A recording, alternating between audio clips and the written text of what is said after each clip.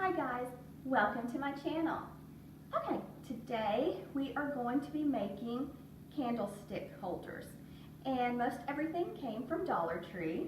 So what you're going to need for this project is a candlestick like this, and it just says candle holder, and it's 3.4 inches by 4 inches, and it is glass. So you'll need 2 of these. And you'll also need 2 of these from Dollar Tree.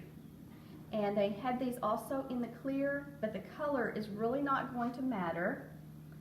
And let's see, this says 3.75 inches by 2.75 inches.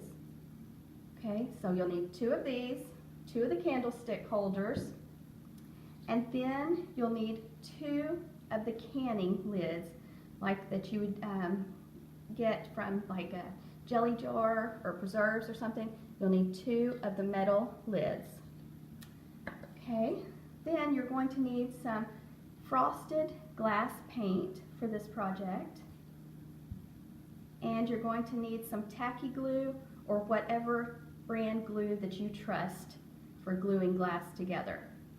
So what you're going to do is, we have taken the candlestick holder and we have glued the little votive candle holder on top, and then we took the little canning lid and glued it on top.